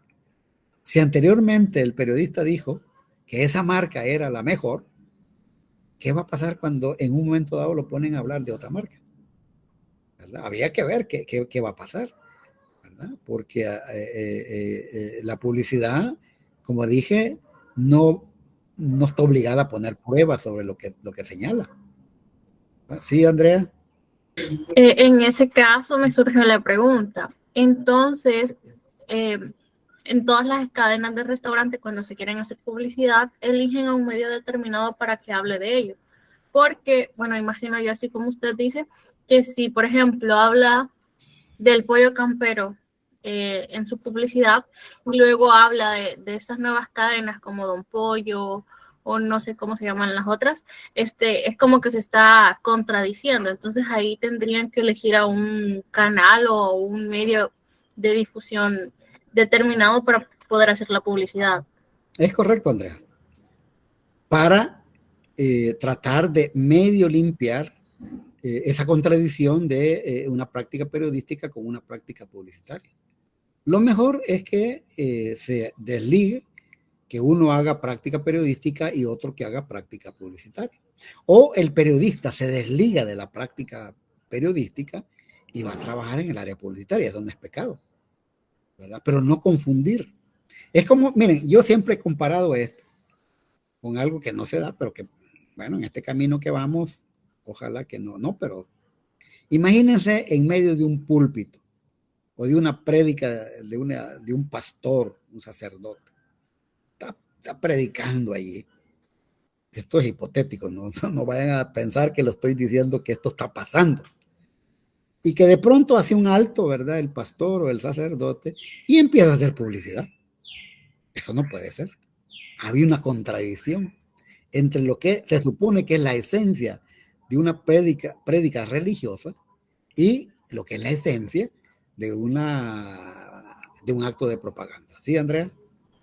Pues fíjese que aquí donde yo vivo, en una iglesia que está a la par de mi casa, para las campañas presidenciales, cuando iban a Bukele como candidato, el pastor de la iglesia que está a la par estaba predicando, ¿verdad? Y en una de esas prédicas hizo eso, de orientar a la población y les dijo, como bien se oye desde acá, le dijo de que el camino que Dios había elegido para el pueblo salvadoreño era la banderita azul con la golondrina. Entonces, directamente les dijo que fueran a votar, ¿verdad? Por ese partido, porque Dios le había revelado de que ese iba a ser el escogido para el pueblo salvadoreño. Así que creo que sí ya está pasando. Ya. ¿Cómo no, Andrea? Gracias por tu participación. Sí, efectivamente, lo que dice Andrea se ha dado. Hoy y anteriormente, ¿verdad? Es decir, no es primera vez que lo hacen, ¿verdad? Hay personas que se apartan prácticamente de su prédica y hacen proselitismo político. Sí, ¿verdad? Lo que no hemos visto hasta hoy, bueno, por lo menos yo no tengo referencias, es que un pastor o un sacerdote de pronto aparezca haciendo campaña publicitaria de una bebida, de una comida o de algo así. No, pero lo que dice Andrea, sí, en términos políticos, de preferencias partidarias o de líneas ideológicas determinadas, miren, sí, han participado, siguen participando, y manipulando, ¿verdad? Porque hay una manipulación expresa en ese discurso para ganar votos para un candidato. Yo recuerdo para una de las tantas elecciones, cuando Chafik padre iba como candidato, que los de la iglesia de Lin, no, perdón, los del hermano Toby, pues llegaron casi en buses, ¿verdad? Después de la prédica, a votar masivamente por Arena, ¿ya? A partir de un lineamiento. Fíjense, entonces eso se ha dado en la historia y se va a seguir dando en la historia. Y de nuevo me remito a la falta de educación política, porque entonces caemos presa de la manipulación. Cualquier pastor, cualquier sacerdote o cualquier otra persona, un maestro, una maestra, puede hacer también eso. ¿No? Puede hacerlo. Y cuando yo digo, no nos dejemos manipular de nadie. Por eso es importante cultivar el conocimiento. Porque que sea un acto propio de libertad. Decidir, voy a votar o no voy a votar, y si voy a votar, por quién voy a votar. Y luego del voto, tener la conciencia para darle seguimiento y exigirle a los gobernantes que cumplan con su promesa. Cosas que no se da, o muy poco se da. Y que de fondo, de nuevo, tiene que ver con la falta de educación política. Bueno, ¿qué más? Bueno, vamos a pasar a otro tema entonces. Y vamos a pasar al tema de los aportes de la publicidad los aportes de la psicología en la publicidad. La publicidad se sustenta en varias áreas del conocimiento. ¿No? En varias áreas del conocimiento. Pero antes quiero recordar, como hemos estado hablando de la interrelación de publicidad, relaciones públicas, propaganda, aquí acuérdense que cada vez hay más instrumentos. Hemos hablado del marketing, ¿verdad? Como el marketing es lo que se utiliza cada vez más ya para movilizar mercancías e ideología. Es decir, ideas políticas, religiosas, etc. Es marketing. Pero en nuestro programa está casi al final una herramienta que se está utilizando cada vez más y que marketing lo está retomando, ¿verdad? Que es los conocimientos de la neurociencia, ya aplicados como neuromarketing. Fíjense, neuromarketing, lo vamos a ver más adelante, que son estudios todavía mucho más precisos, donde se conoce cada vez más la intimidad del pensamiento del ser humano. Además, hay que recordarles que hay una inmensa cantidad de información que los ciudadanos damos día a día por medio de los celulares. Y que hay empresas que están recopilando esa información, que tienen la tecnología para recoger esa información, clasificar la información y sacar una serie de unos resultados que luego los van a utilizar para campañas, como por ejemplo, cuáles son los gustos, los temores, las proyecciones, la fortaleza, las debilidades del ser humano. Y eso lo expresamos, no nos damos cuenta, nos expresamos cuando usamos nuestro celular, cuando entramos a las redes sociales. Hay una inmensa cantidad de información que nosotros la estamos dando, ¿verdad? Entonces, es más, me decía un amigo, cuidado con lo que hablas en redes sociales, porque si de pronto, por ejemplo, hablas mal del gobierno de Estados Unidos y querés viajar a Estados Unidos, mire, te van a parar por eso. Tienen capacidad de ver personas que hablan mal para ellos. Sí, Daniel. Bueno, en ese caso acerca de los datos que recolectan Internet acerca de nosotros, Me acuerdo que nos dejaron en una clase ver un documental que se llama El lado oculto, oscuro de Google.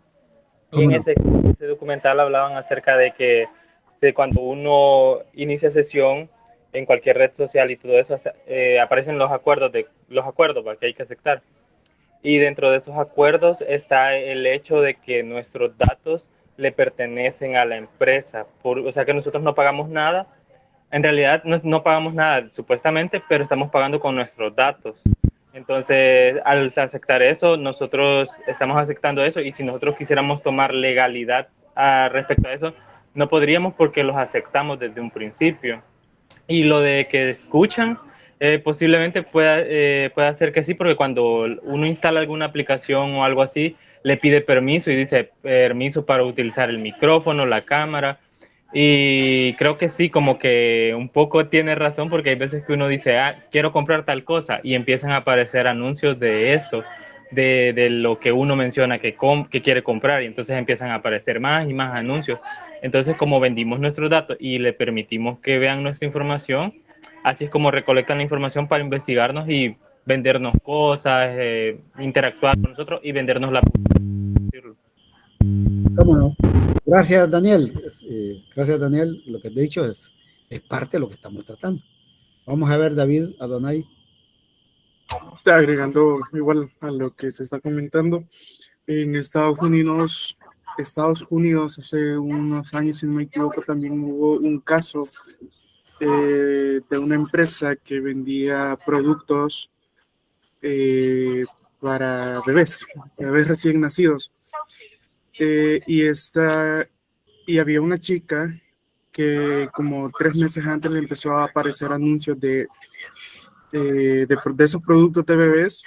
Entonces se armó todo un caso y lo que se concluyó es que esa empresa que vendía esos productos, por los patrones y datos que se habían recogido de ella a través de las redes sociales, ya se había determinado en qué momento ella iba a salir embarazada, y eso fue con todos esos datos realmente. Eso fue en Estados Unidos. Aquí en El Salvador, un poco con lo que me comentaba de que hay cierta tecnología para escuchar que si se habla mal de un funcionario gobierno, aquí en El Salvador también hay investigación de hechos abiertos sobre espionaje se llama Pegasus. Y de hecho hay investigaciones tanto en Estados Unidos como aquí en El Salvador. De acuerdo, David. Gracias por tu participación. Bueno, espero que el resto le esté dando seguimiento a lo que están señalando estos compañeros, ¿verdad? Y compañeras, para que vean la complejidad del mundo que hoy vivimos y cómo están las nuevas tecnologías. Y que en lugar de darle seguridad al ciudadano, pues en gran parte le dan inseguridad. Por eso es que hay que tener cuidado en el consumo de estos medios, ¿verdad? Porque, bueno, damos datos a diario y nos hacen un perfil. Al final hay un perfil ahí que lo pueden utilizar ya sea para marketing político o marketing comercial, ¿verdad? O lo pueden utilizar incluso para la persecución, para un control político. Entonces, eso es lo que está sucediendo con las nuevas tecnologías. Entonces, hay que saber entonces cómo vamos a utilizarlas. Porque las nuevas tecnologías y las que vendrán es un movimiento que es imparable, ¿verdad? Y por eso como ciudadanos la tarea es cómo nos armamos de conocimiento para enfrentar de la mejor manera y para hacer uso, porque necesitamos estas tecnologías, jóvenes. Vean, esta clase no la estuviéramos dando si no tuviéramos esta tecnología. Necesitamos esta tecnología. Pero también necesitamos saber más para no ser inocentes a la hora de utilizarlas y darles nuestros datos, ¿verdad? Y que nos puedan luego, digamos, crear un perfil y ser objeto de campañas. Bueno, decía que si no hay más preguntas, vamos a ver esto.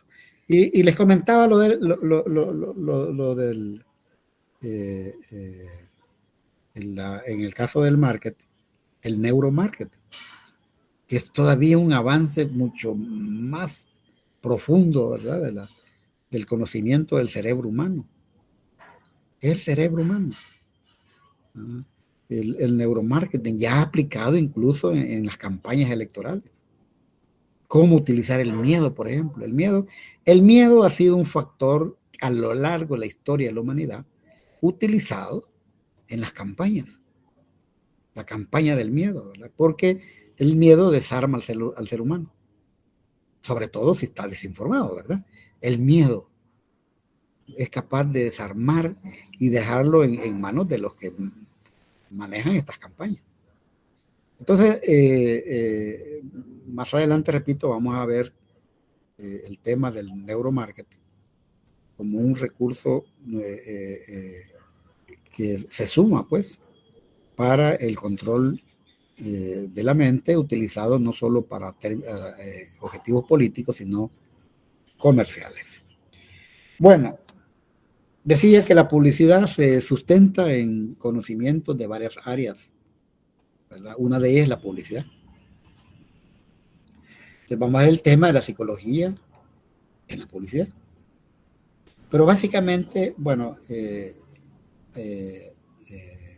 parte de la psicología tiene relación con lo que vamos a ver después del neuromarketing.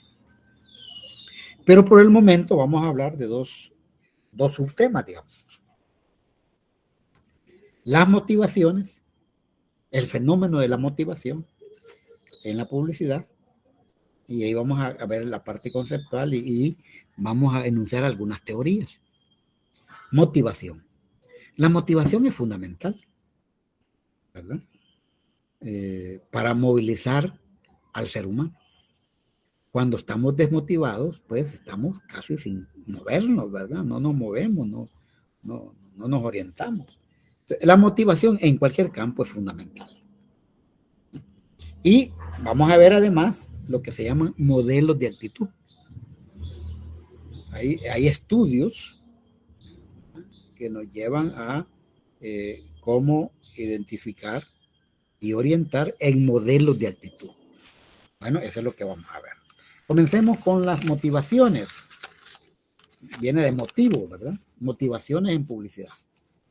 En términos generales, una motivación es aquello que nos mueve a actuar, es decir, el porqué de nuestra conducta. ¿Qué es lo que nos mueve? ¿Verdad? Eso es una motivación. ¿Qué nos mueve a eso? Y yo les preguntaba al inicio de este curso, precisamente sobre la motivación. ¿Qué los motivó a querer estudiar periodismo? Algo tuvo que haberlos motivado. Habría que ver, ¿verdad?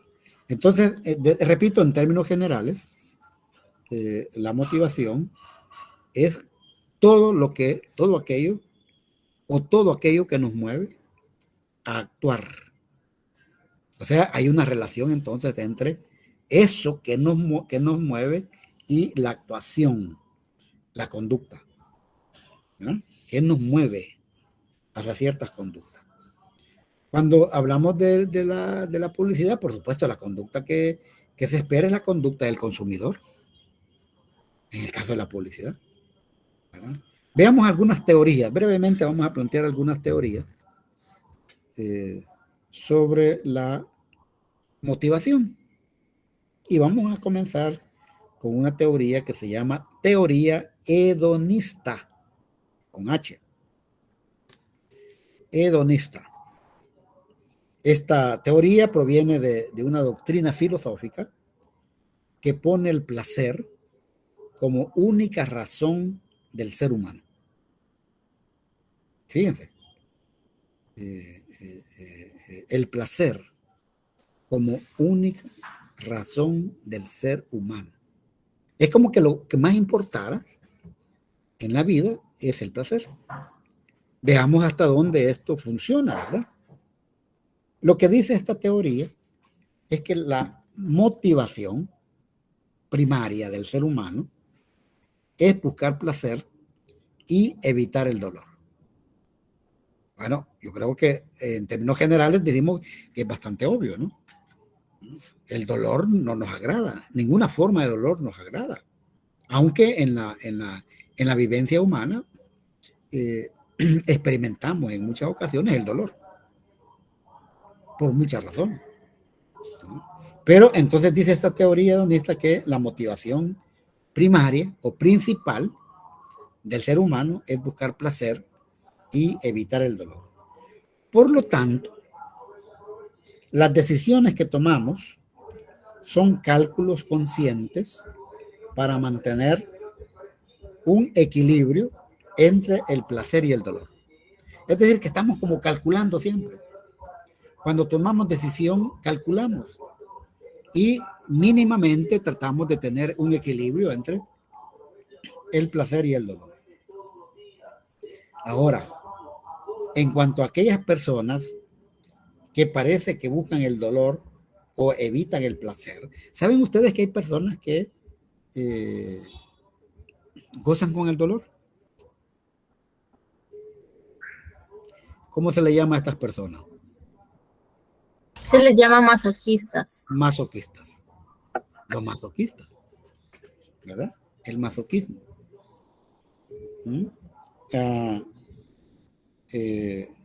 Decíamos que son personas que buscan el dolor y tienen placer por el dolor, ¿no?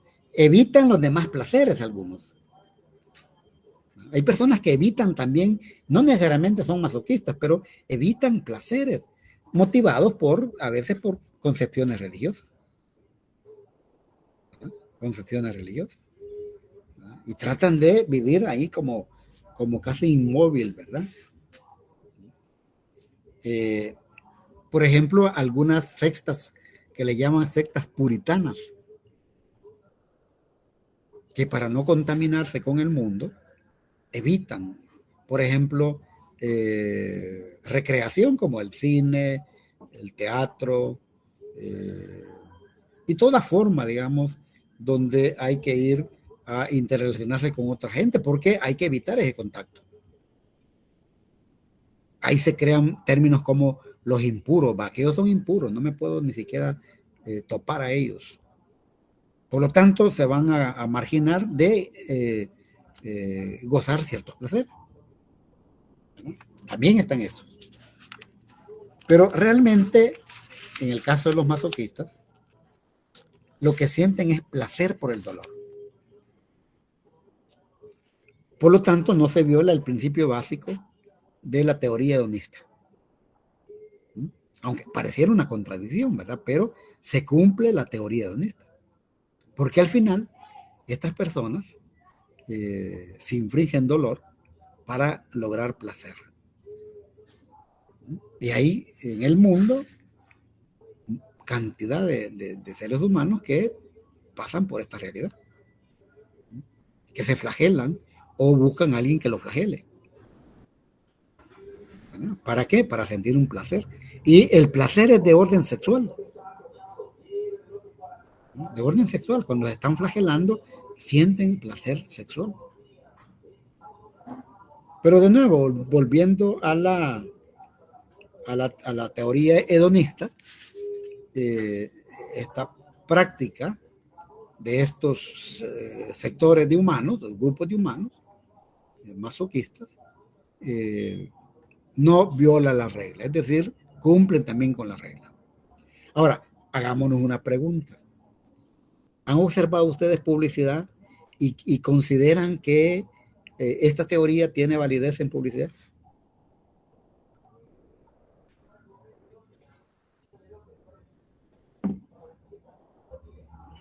¿Qué piensan, jóvenes?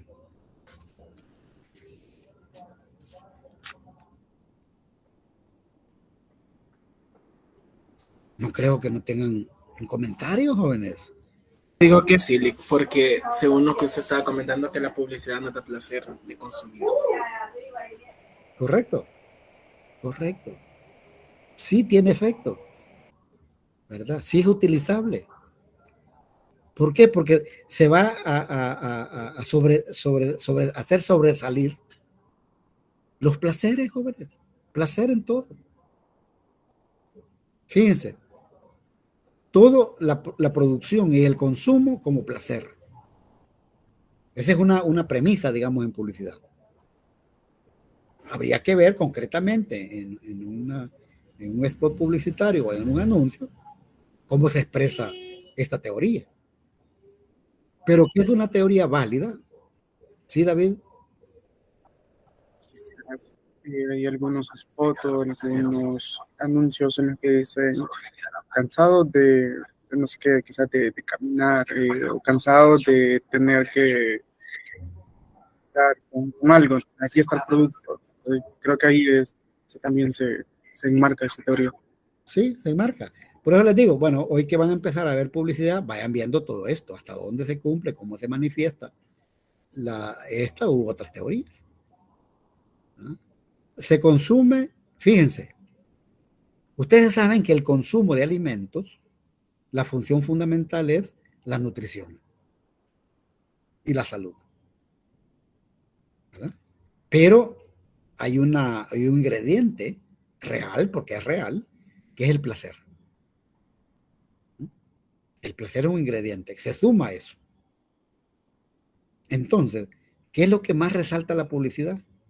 ¿La función de la nutrición o el placer? Es el placer, jóvenes. No se pone a describir las proteínas, los minerales, etcétera, que tiene, por ejemplo, una comida rápida. No, va a destacar el placer. Es más, el placer de estar comiendo con los amigos. Porque necesitan poner imágenes de jóvenes, por ejemplo, consumiendo. Ya no tanto, fíjense, el placer de comer como tal, sino de comer con los amigos. Se va desplazando el placer.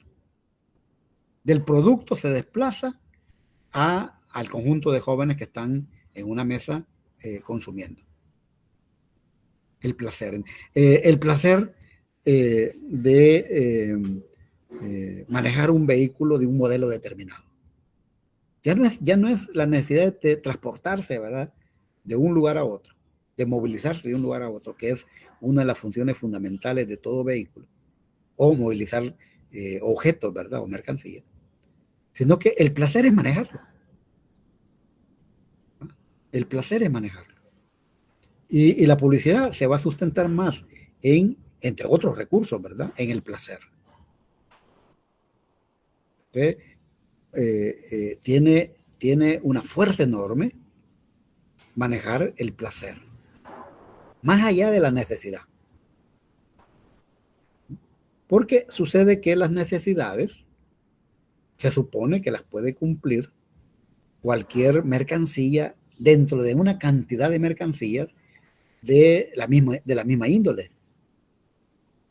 Pero como las marcas tienen que diferenciarse, pues algunas marcas van a diferenciarse no hablando de las propiedades fundamentales del producto, sino de estos elementos complementarios. Es decir, el placer, esa sensación humana por usar, por comer, por estar en un determinado lugar. Entonces, que no cabe duda, ¿verdad?, de que la teoría hedonista va a estar en la construcción de los mensajes publicitarios. ¿Preguntas, jóvenes? ¿Dudas?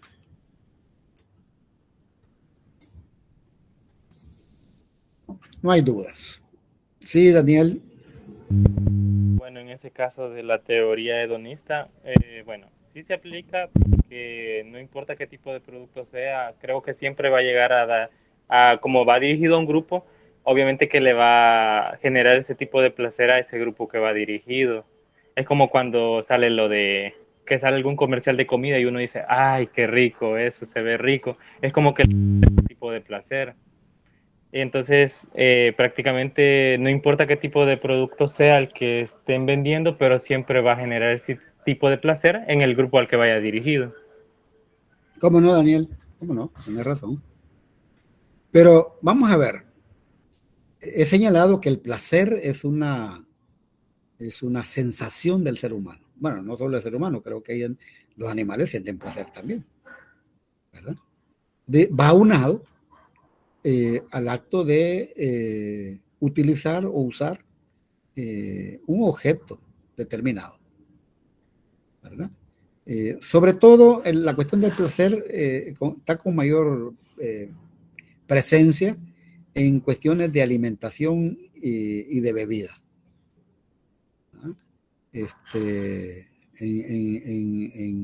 Pero sucede que la publicidad lo que resalta no son las propiedades fundamentales del producto. Estoy hablando en términos generales, ¿verdad? Hay productos que sí se ven obligados a sacar características básicas del producto, pero no en todos. Lo que más se destaca es el placer. Fíjense, yo recuerdo, y lo voy a mencionar porque me quedó muy grabada ese spot de una joven ama de casa que está barriendo, ¿verdad? Está trapeando la casa y salta y baila, ¿verdad? Por el placer de utilizar un determinado detergente. Es decir, entonces hay que usar ese detergente por el placer, no tanto por las propiedades químicas que tiene, ¿verdad? Para limpiar. Porque esas propiedades químicas pueden ser las mismas que tiene otro detergente de otra marca. Entonces había que utilizar otros recursos. Dentro de esos recursos está el recurso del placer. El placer de comprar una vivienda en un lugar determinado, el placer de manejar un vehículo, el placer de ponerse la ropa, de comprar ropa. Pero no solo eso, también se trabaja el placer, no tanto de ponerse la ropa, sino de comprar la ropa. Y se ha llegado a desarrollar en la mente de una gran parte de la población el placer por ir a comprar. Hay personas que incluso dicen, cuando estoy estresado o estresada, me alivio y me voy a comprar. Bueno, la publicidad lo ha llevado hasta ese punto. Imagínense, ¿qué poder tiene esto? Lo ha llevado hasta ese punto. A decir, mire, yo me calmo allá, estando allá en un supermercado, en un metrocentro, donde sea. ¿Y cuántas personas van a estos centros, sobre todo a los metrocentros, y ni siquiera van a gastar, van a verse con los amigos, las amigas, como un punto de encuentro, a vitrinear, ¿verdad? El acto de irse ahí, pero que lo va potenciando hacia el consumo. Entonces, el placer. Ya dije que el placer es una expresión de la subjetividad del ser humano, ¿verdad? Pero está en esa cadena de necesidades. Tenemos una necesidad de algo, pero se le sobremonta o se le engancha el acto del placer. Y necesariamente, o sea, no comemos solo por comer, comemos por placer de comer. Al grado tal que en la historia, perdón, ya el tiempo ya no fue, ya no puedo utilizar más tiempo porque no sé cómo está el tiempo de ustedes. Pero vamos a dejar por acá y más anécdotas con relación al placer, ¿verdad? Y que a lo largo de la historia ha habido registro de cómo se abusa del placer, ¿verdad? Pero como digo, ya el tiempo ya no fue, ya llegamos a la 1, ya pasamos de la 1. Les agradezco la atención, agradezco y aplaudo a los que han participado, a las que han participado. Espero que esta dinámica la vayamos acrecentando. Saquen de sus experiencias, ¿verdad? No solo está en el campo de la pregunta, sino en los comentarios y en agregarle sus conocimientos. Bueno, por el momento les deseo buen día y buen fin de semana y nos estaremos escuchando el próximo. Perdón, no, si todavía no hemos concluido la semana, ¿verdad? Estamos iniciando. Nos vamos a ver entonces el próximo jueves. Para el próximo jueves vamos a estar cerrando la semana. Por el momento les deseo muy buenas tardes. Gracias, Lick. Gracias, Lick. A la orden, jóvenes. Feliz tarde. Feliz tarde, cómo no. Gracias también. Cómo no, gracias. Feliz tarde, licenciado. Gracias, feliz tarde también para todos ustedes.